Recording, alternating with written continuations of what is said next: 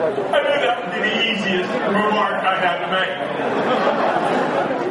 I want to move up. I want to move up from what you're doing and some of the specifics of what we're doing. And I want to talk a little bit about what I think are the broad technology trends that are actually switching on these exciting possibilities for all of us. And they fall into three buckets: the cloud, next generation devices, and natural user interface. The cloud is, I think, probably a bigger deal still than most people, even in our industry, think. When you use the word cloud, some people roll their eyes and say, the cloud is the internet. That's not a big idea. The cloud's bigger than that. We are really in the process of redesigning the whole way in which applications get constructed and managed and deployed. And the ability to reduce the amount of cost and complexity in the management and deployment of applications, to free up capacity to focus in on invention and innovation in the applications themselves, makes the cloud a tremendously big deal. When I got started in this business, the question I get as I traveled the world was, if I do a great application, how will I ever get anybody to find it? How will I ever get Salesforce or technical capacity to get it installed if I'm living in Toronto? How will the customer in London go buy it? In the world of the cloud, the friction and barriers to your innovation, living and working wherever you want on the planet, really comes down. The cloud knows more than that. The cloud will also unlock new ways of writing applications. Today, we write applications that know about people that we can enumerate and know about data sets that we somehow control. And yet, in the world of the cloud, all of the world's people and all of the world's data is somehow out there. But it hasn't become programmable yet. We think about this a lot in the big context. We have almost like our own little private copy of the internet. And how do we help people take the data that's out there that we're storing and processing and indexing and put it in a form where you can use that data in your applications? I saw an application today from a team from Germany that focuses in on water quality and availability in Tanzania. Great. A lot of that data will come from people who want to input it to the systems.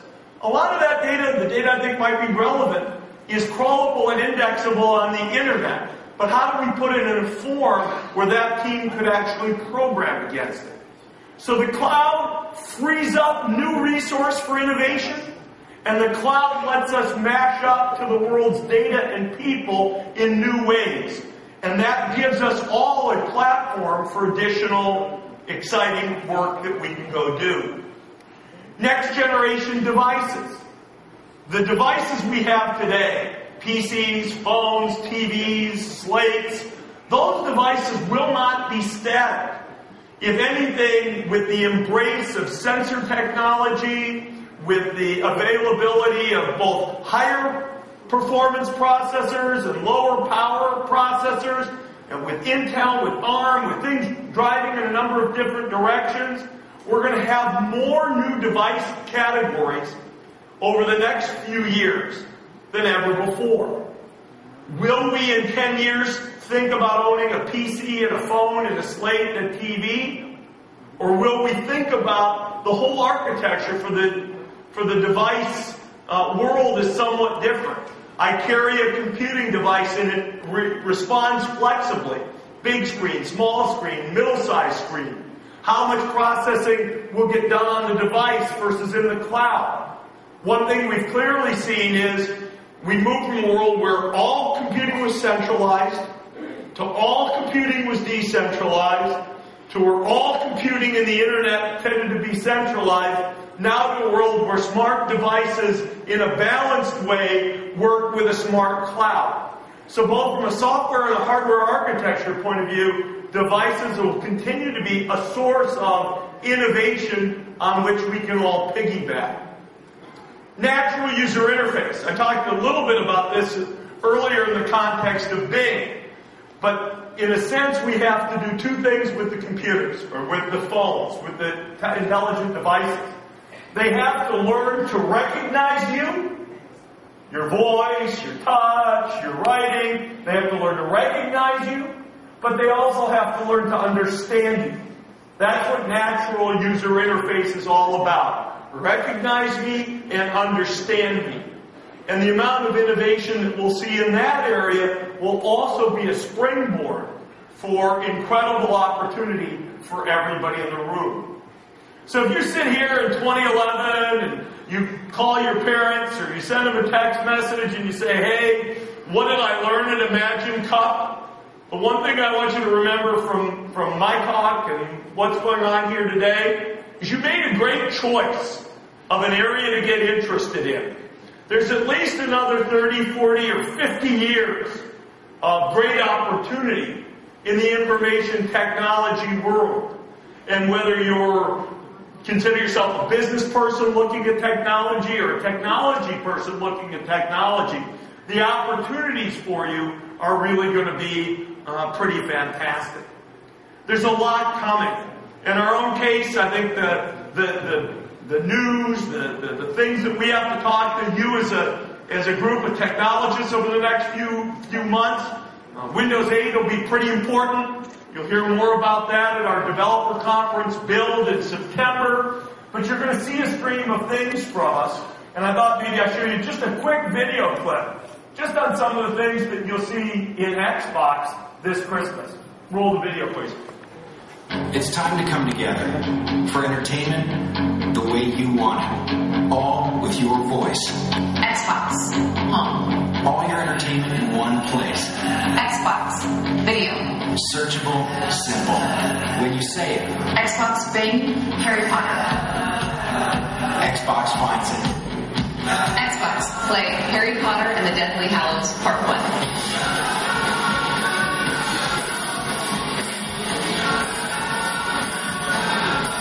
Moment of what you enjoy. Xbox, go home. Hey, your favorite show's on. We're getting technology out of your way so you can enjoy the show. Xbox, watch live TV. Nothing should come between you and the entertainment you love. Movie night is more amazing. Game night is more amazing. Xbox Pause. TV is more amazing. When you are the controller. Xbox Play.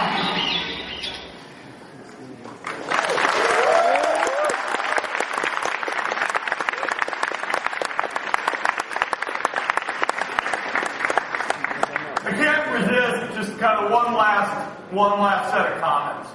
Amongst the most fun things I get to do is talk to people who are in school, trying to decide what to do, moving forward. I had a chance recently to give a graduation speech at the University of Southern California, Los Angeles.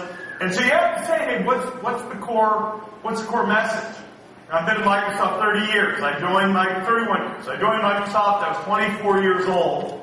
I dropped out of school to join a friend of mine from college who had a 30-person company that my parents had never heard of. I've been through a lot since then. We got a few more than 30 people and a few more than $2.5 million of revenue. And the question is, what do you learn? What's important? What counts? It's going to be a different technology at different points in time. It'll be different business models at different points in time. It'll be different application areas. But a few things I think do matter, and I've just given you as parting words of thought. First, ideas matter.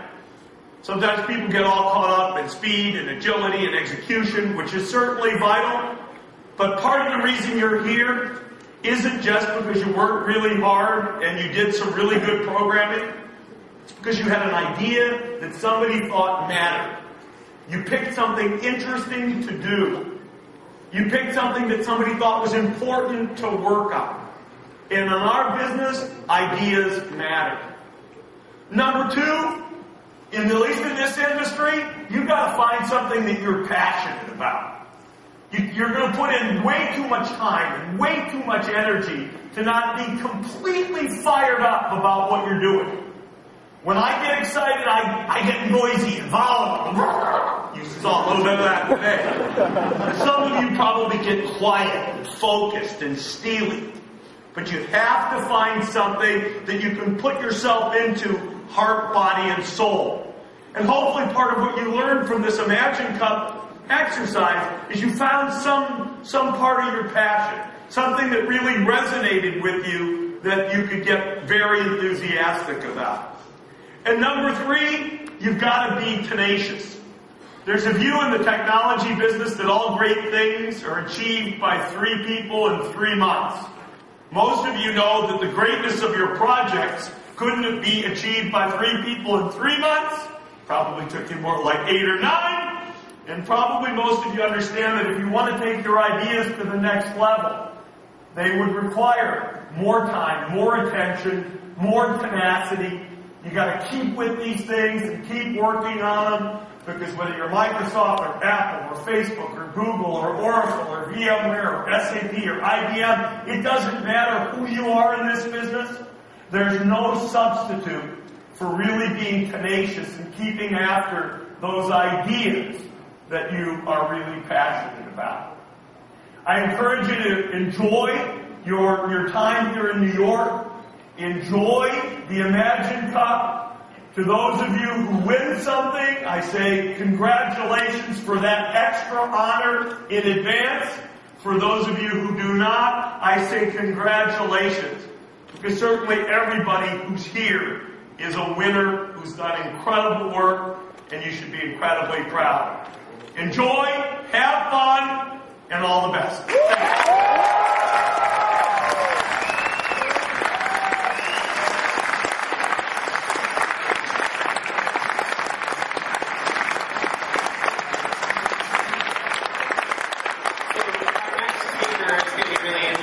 He is the special